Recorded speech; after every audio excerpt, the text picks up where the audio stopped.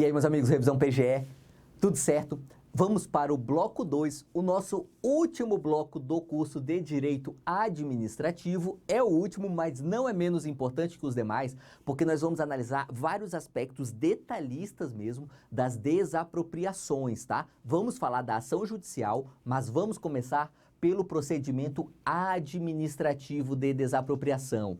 E aí eu já quero que você tenha desde agora em mente que o procedimento administrativo de desapropriação, ele tem duas fases, tá? A fase declaratória e a fase executória. Na fase declaratória, o poder público vai simplesmente declarar, por isso tem esse nome, que determinado bem é desapropriável, tá? Ou, usando a linguagem mais técnica, vai declarar que existe necessidade pública, interesse público ou interesse social naquela desapropriação. Vamos chegar lá. Vamos começar então pela fase declaratória.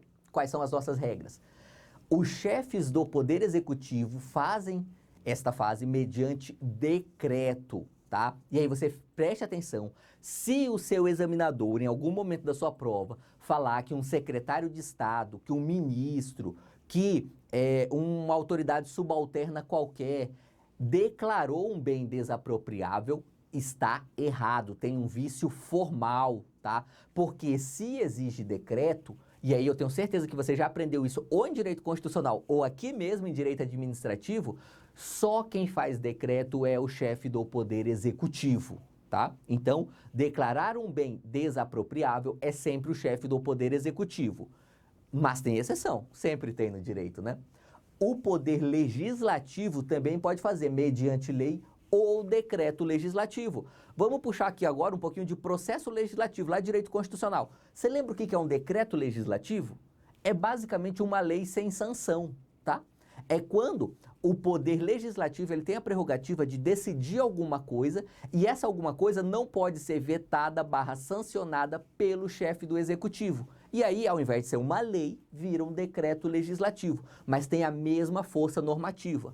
Para declarar um bem, por exemplo, de necessidade pública para fins de desapropriação, pode ser feito mediante lei ou decreto legislativo, aqui do Poder Legislativo. Essa hipótese não é comum, tá? Ela é mais rara, mas é possível.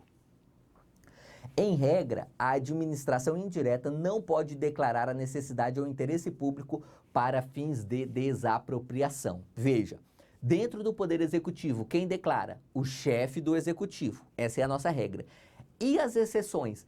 As exceções são os casos previstos em lei em que uma entidade da administração indireta pode declarar uma desapropriação. Quais são os dois exemplos que nós temos atualmente no ordenamento jurídico brasileiro?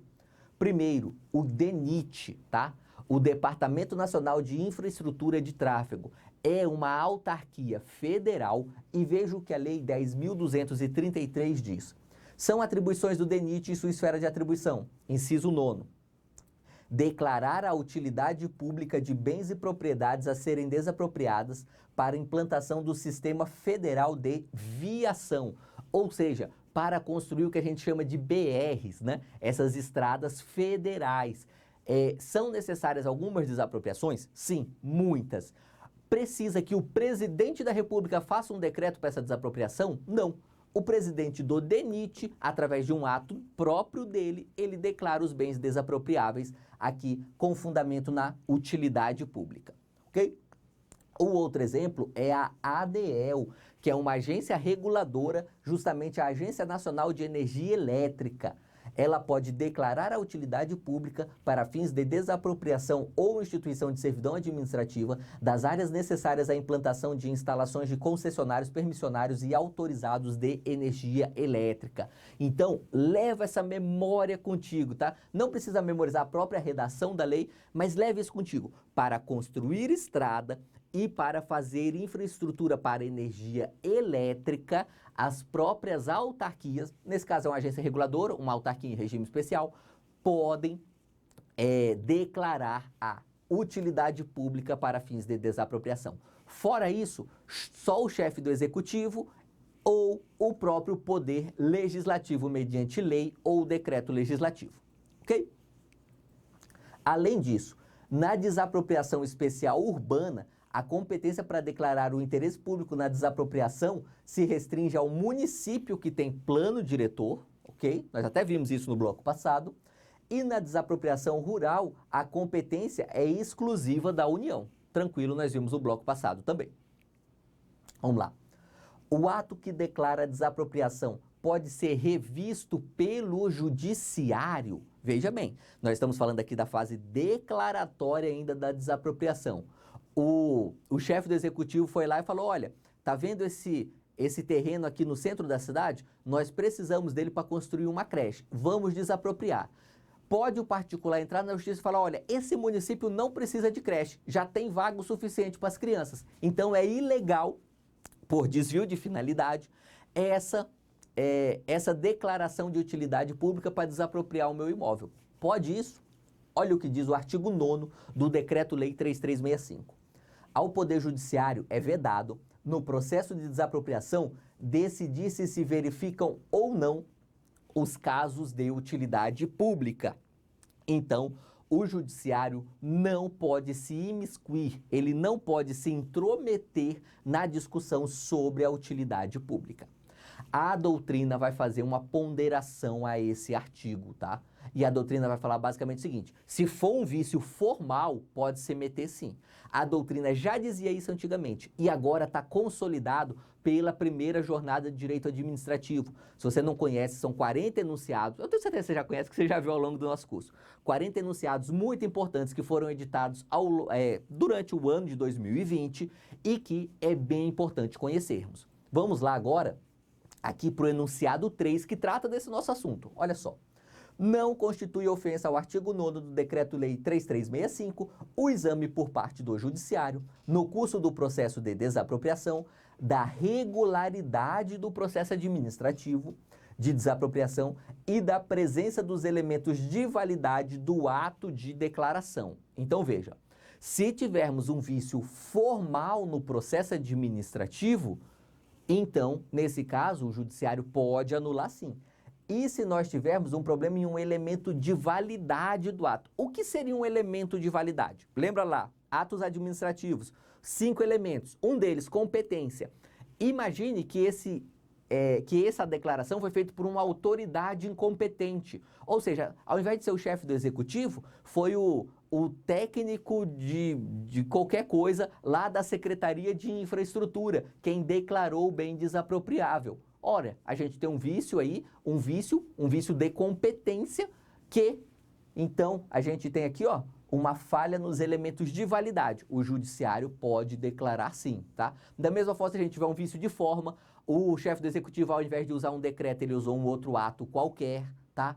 Ou falha em qualquer outro dos elementos do ato administrativo, tá bom? Então, leve contigo essa redação do artigo 9º, o judiciário ele não pode se meter aqui para dizer se verifica ou não os casos de utilidade pública, mas se tivermos um vício de irregularidade no processo ou de elementos de validade do ato de declaração, o judiciário pode se meter sim.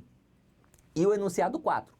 O ato declaratório da desapropriação por utilidade ou necessidade pública ou por interesse social deve ser motivado de maneira explícita, clara e congruente, não sendo suficiente a mera referência à hipótese legal, tá? Então veja, se o poder executivo ou mesmo legislativo quer desapropriar esse imóvel que eu dei no exemplo agora há pouco para construir a creche, nesse ato declaratório não basta falar, olha, eu estou declarando porque a lei me dá poderes para isso. Não, ele tem que falar, olha, a gente precisa construir uma creche, porque essa é uma necessidade do município para atender essa necessidade. Essa localização é a ideal, enfim, tem que motivar. E essa motivação tem que ser explícita, claro, então tem que estar escrito lá de fato, clara, né? Tem que ser compreensível e congruente, ou seja, fazer sentido, né?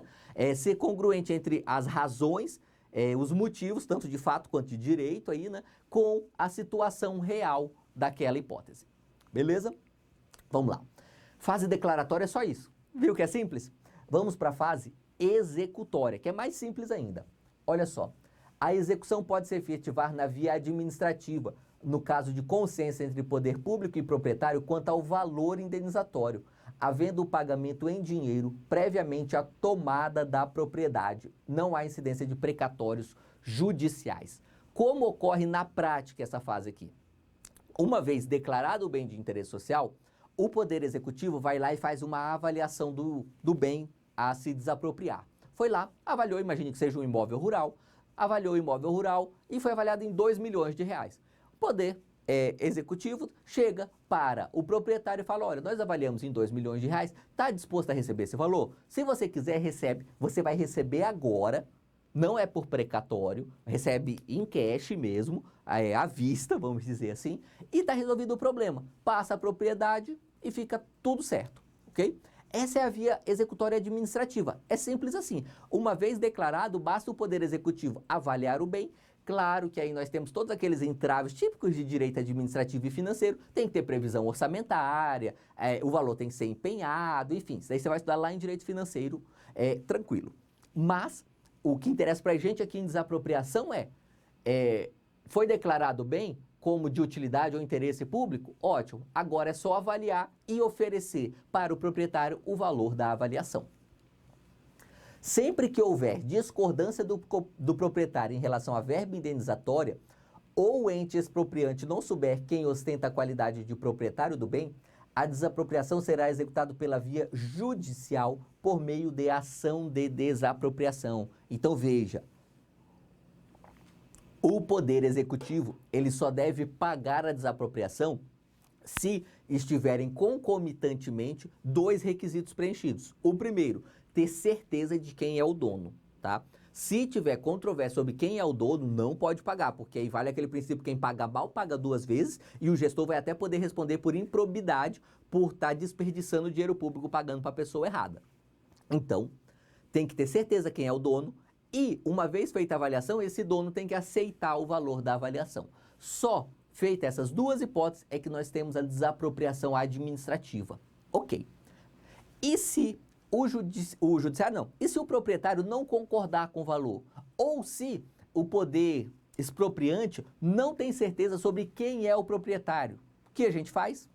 A gente chega na ação de desapropriação. Então veja, nem toda desapropriação terá uma ação judicial. Pode ser resolvido na esfera administrativa. Na prática não é comum não, tá? Na prática quase tudo vai parar no judiciário. Mas, juridicamente, saiba que é plenamente possível. O sistema foi feito para isso, só não funciona bem.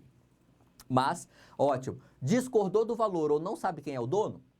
Vamos estudar agora a ação de desapropriação. Trata-se de ação proposta pelo poder público contra o expropriado que não concordou com o valor oferecido como indenização pela desapropriação de seu bem. Na petição inicial, deve constar o valor da indenização oferecida ao expropriado.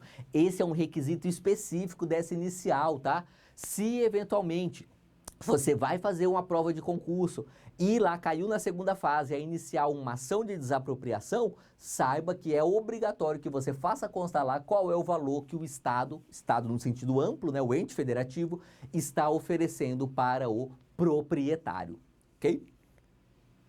E olha aqui, um julgado do STJ. Na ação de desapropriação por utilidade pública, a citação do proprietário do imóvel desapropriado dispensa a do respectivo cônjuge. Isso aqui é interessante porque como esse Decreto-Lei 3365, ele é muito antigo, ele é de 41, ele usa uma linguagem muito ruim, ultrapassada. Olha o que ele diz. A citação far-se-á por mandado na pessoa do proprietário dos bens. A do marido dispensa da mulher. Ele fala o seguinte, olha, se você cita o marido, não precisa citar a mulher. Mas e se você cita a mulher? A lei não fala. A lei dá a entender que a mulher, ela é semi-incapaz aqui, né? Só vale se você citar o marido. Citou a mulher, não está valendo, sabe? Mas o STJ moderniza essa redação e vai falar o seguinte, olha, você só precisa citar um dos cônjuges, ok? Por que precisa dessa jurisprudência do STJ? Porque, como nós sabemos, os bens imóveis, sempre que vamos transacioná-los, nós precisamos da concordância dos 2 cônjuges. Por isso que nós temos lá no direito civil a outorga uxória, sabe? Que é aquela, vamos dizer assim, concordância de um dos esposos com a alienação ou gravame sobre o bem imóvel do casal, tá? Já na citação da ação de desapropriação, só precisa citar um dos 2. Ótimo. E a contestação na ação de desapropriação? Se não ficou perfeitamente claro para você até agora, eu quero que fique, tá? Quem apresenta ação de desapropriação é sempre o expropriante, é sempre o Estado, poder público, município, Estado, União, tá? Nunca é o particular. Se o Estado foi lá, tomou à força o bem do particular, ele vai entrar com outra ação, não é ação de desapropriação, é uma ação indenizatória por desapropriação indireta, que nós veremos mais detalhes daqui a pouco, tá bom? Então aqui nós estamos falando da ação que o poder público entra. Se é o poder público que entra, quem é que contesta? É o proprietário, ou sedizente o proprietário, né? Vamos lá. Então, essa contestação, ela não é uma contestação comum de direito processual civil, porque ela não tem um objeto amplo, ela só pode versar sobre os assuntos expressamente permitidos pela lei. Quais são? Vício no processo judicial, claro, não teve citação, o juiz é incompetente, ou seja, vícios processuais. Impugnar o preço, o valor da indenização. Em outras palavras, não pode impugnar o mérito da desapropriação. O proprietário não pode chegar aqui para o Poder Judiciário e falar, olha, não era para desapropriar meu imóvel, porque o Estado não precisa desse imóvel. Não, essa não é uma argumentação válida aqui na contestação da desapropriação. Não pode alegar a ausência de necessidade pública, utilidade pública ou interesse social. Não é uma argumentação válida, repetindo aqui na contestação. Olha o que diz o artigo 20 do Decreto 3365. A contestação só poderá versar sobre vício do processo judicial ou impugnação do preço. Qualquer outra questão deverá ser decidida por ação direta, tá? Que ação direta é essa? Não é uma ação que tem um nome específico, depende do que se quer. Por exemplo, nós podemos ter uma ação de nulidade, sabe? Estamos querendo anular aqui alguma fase do processo administrativo. É possível, tá? Mas não aqui na ação de desapropriação. Artigo 23.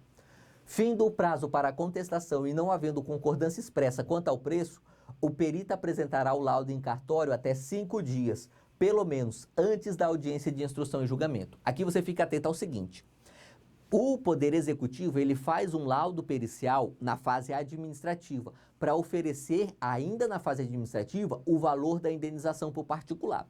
Mas quando chegamos no processo judicial, a gente precisa de um novo, tá? Veja bem, a gente precisa de um novo laudo pericial. Dessa vez, feita por um perito judicial, justamente para que nós tenhamos todo aquele procedimento típico do processo civil. As partes podem apresentar auxiliares ao perito, sabe? Eles podem ali influir, vamos dizer assim, no laudo pericial, sabe? Então, enfim, é uma prova constituída sob contraditório e ampla defesa. Por isso que precisamos desse laudo pericial judicial, tá? Ótimo. Contestou, teve laudo. E agora na sentença, quais são as nossas regras específicas? A sentença que julga a desapropriação gera os seguintes efeitos. Autoriza a emissão definitiva na posse. Veja, nós podemos ter a emissão provisória na posse, que essa é uma espécie de medida liminar que quando o Estado entra com a ação de desapropriação, ele já pede a emissão provisória na posse. A definitiva só vem só com a sentença. Constitui título hábil para o registro da propriedade do bem no registro de imóveis. O momento da aquisição da propriedade é a data em que se efetiva o pagamento do preço. Veja bem, nós vimos lá no primeiro bloco, a desapropriação é uma aquisição originária, ou seja, ela zera o passado daquele imóvel, tá? Essa sentença é que é o título para você ir lá registrar a propriedade. E aí veja que interessante, juridicamente você não está registrando a transferência da propriedade, né? Porque justamente como é uma aquisição originária, você está fazendo um registro novo. Ela passa a ser, vamos dizer assim, uma nova propriedade perante o direito, ok? É possível que o expropriante desista da ação de desapropriação, ou seja, o Estado que entrou com aquela ação para desapropriar um determinado imóvel para construir ali um hospital, chega na metade da ação, já tem 3 anos tramitando. O Estado pensa bem, troca de governador, o governador vai falar, quer saber, cara, a gente nem precisa desse hospital mesmo, vamos desistir dessa ação de desapropriação. Pode isso. Olha só, é possível a desistência, e segundo o STJ, e é o entendimento atual, é possível a desistência da desapropriação a qualquer tempo, mesmo após o trânsito em julgado, desde que se cumpra esses dois requisitos aqui. Não tenha havido o pagamento integral do preço, até porque se o poder público já pagou, é sacanagem pedir de volta esse valor, né? Então aí já realizou, já sabe, nós já temos ali um ato jurídico perfeito. E 2, o imóvel possa ser devolvido sem que ele tenha sido alterado de forma substancial. Então imagine que o poder público, por exemplo, ele desapropria ali um determinado imóvel para construir o hospital, só que nesse imóvel tinha uma casa. Ele foi lá e demoliu a casa. Depois de demolir a casa, ele fala, quer saber, eu não quero mais esse terreno aqui não. Ah, pera lá, né? Aí não dá mais para voltar atrás, porque você já alterou de forma substancial o imóvel desapropriado. Se não ocorrer nenhuma dessas duas coisas, ou seja, o preço ainda não foi pago e não houve alteração do imóvel, pode desistir da ação de desapropriação a qualquer tempo, ok? Isso segundo o STJ. É ônus do expropriado provar a existência de fato impeditivo do direito de desistência da desapropriação. Então o expropriado pode provar aqui qualquer um desses elementos? Pode, que seriam fatos impeditivos, mas é ônus dele, não é ônus do poder público. A emissão provisória na posse é uma espécie de antecipação de tutela na ação de desapropriação, tá? Tenho certeza que você conhece lá de processo civil todo o nosso regime de medidas cautelares, de antecipação de tutela, tudo isso que nós chamamos aí num pacote de liminar, né? Liminar é simplesmente uma decisão judicial que é feita no comecinho do processo, né? No limiar do processo. A emissão provisória na posse é isso, é uma hipótese específica para as ações de desapropriação. Quando ela ocorre? Quando o poder público, ele já pretende tomar posse imediatamente do imóvel. Uma ação de desapropriação pode demorar anos, talvez décadas para ser julgada. E às vezes não, quase sempre, a necessidade, o interesse público é imediato. A gente quer fazer aquela estrada agora, sabe? A gente precisa daquela creche para ontem. Não dá para esperar 10 anos. Por isso, o poder público, em praticamente todas as ações de desapropriação, ele pede a emissão provisória na posse. Vamos ver as regras para que seja deferido esse pedido.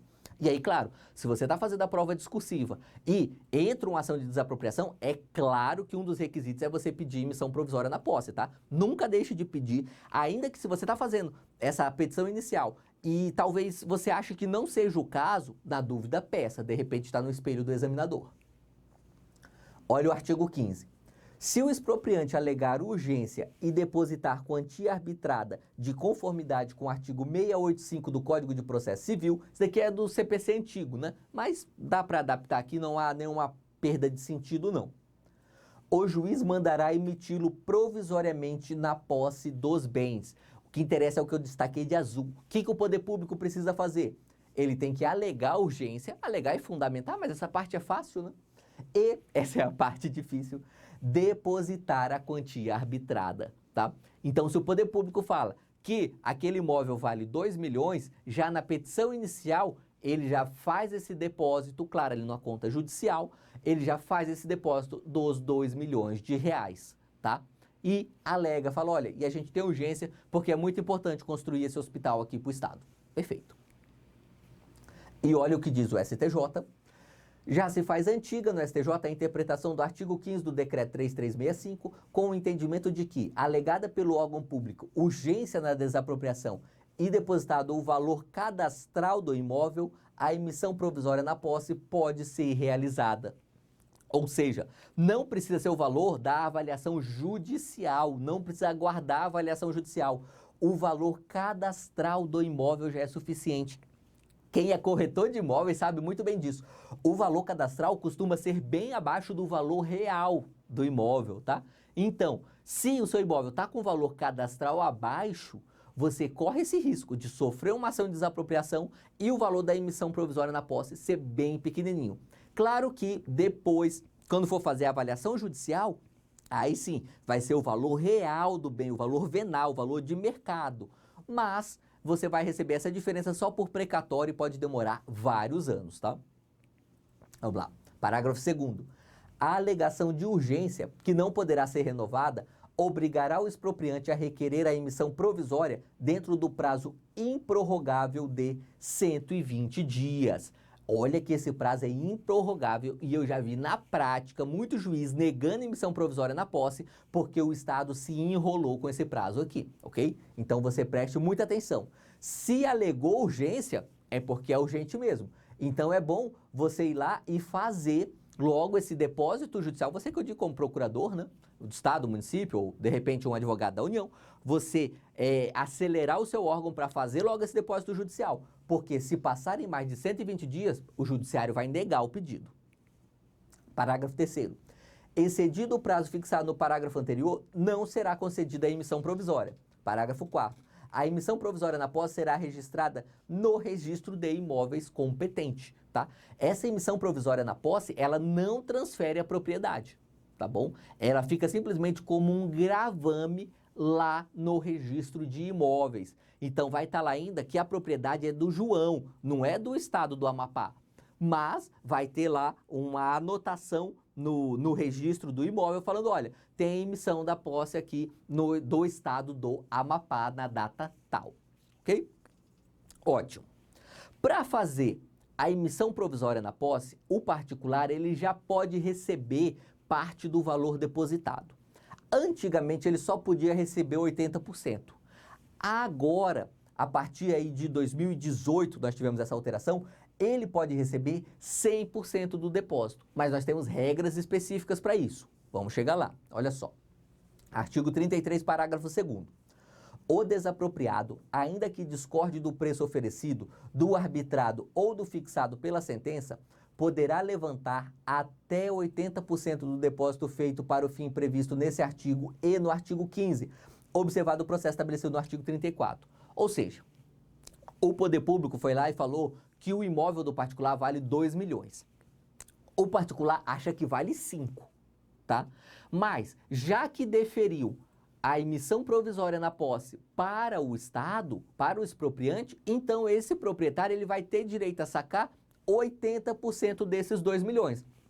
E isso não afeta em nada a discussão dele para tentar fazer o valor total chegar aos 5 milhões, tá? Ele pode sacar e não tem nenhum ônus com isso, perfeito? Então, qual é a nossa primeira regra? Pode sacar 80% sem perder nada, sem ter nenhum problema, a propriedade continua sendo dele, só fica registrado no cartório de registro de imóveis e segue a vida até julgar em definitiva a ação de desapropriação. Ok.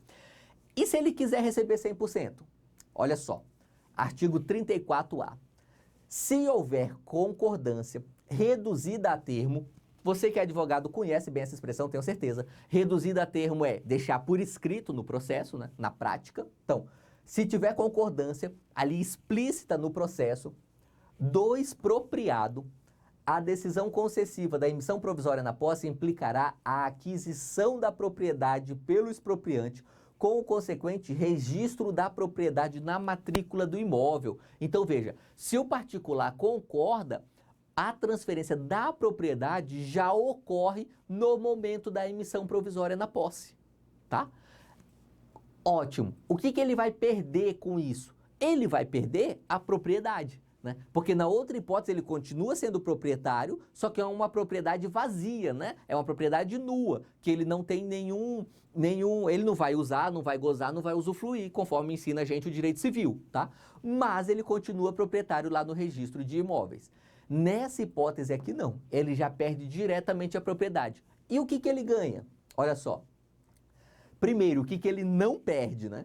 A concordância escrita do expropriado não implica renúncia ao seu direito de questionar o preço ofertado. Ok, então ele concordou aqui, ele não está renunciando a questionar o valor, a buscar os 5 milhões que ele quer. Ele vai simplesmente só receber esses 2 milhões, vai fazer a transferência no cartório, mas o processo continua andando, vai ter perícia judicial, eles vão questionar essa perícia judicial, vai ter sentença, de repente apelação, de repente recurso especial extraordinário, demora 20 anos para julgar, mas no fim das contas vai ter o valor da justa indenização e vai receber essa diferença mediante precatório, que aí, claro, é um assunto que a gente estuda lá no direito financeiro, ok? E o parágrafo 2º, na hipótese deste artigo, o expropriado poderá levantar 100% do depósito de que trata o artigo 33 deste decreto-lei. É isso que ele ganha. Ele ganha o direito de levantar 100% do valor. Por isso que é interessante, porque ao invés de levantar só 80% e deixar os outros 20% lá no depósito judicial com aquela correção pífia que o judiciário faz, ele já recebe 100% do valor, ele vai transferir direto à propriedade, que não muda nada para ele, porque antes ele só tinha uma propriedade de papel, já estava na posse do Estado mesmo, com a emissão provisória, e ele vai poder continuar discutindo o preço até a última instância do Poder Judiciário. Beleza? Com isso, terminamos a nossa análise das regras principais para desapropriação. Lembrando que no PDF nós sempre temos um conteúdo mais extenso e mais detalhado sobre cada um dos assuntos vistos no curso, tá? Espero que esse curso tenha sido muito proveitoso para você. Foi uma honra tê-lo como nosso aluno, tá? Lembra que tem o fórum, você pode tirar dúvida de qualquer das aulas pretéritas, dessa aula atual, enfim, estamos 100% à sua disposição. É isso aí e vamos juntos!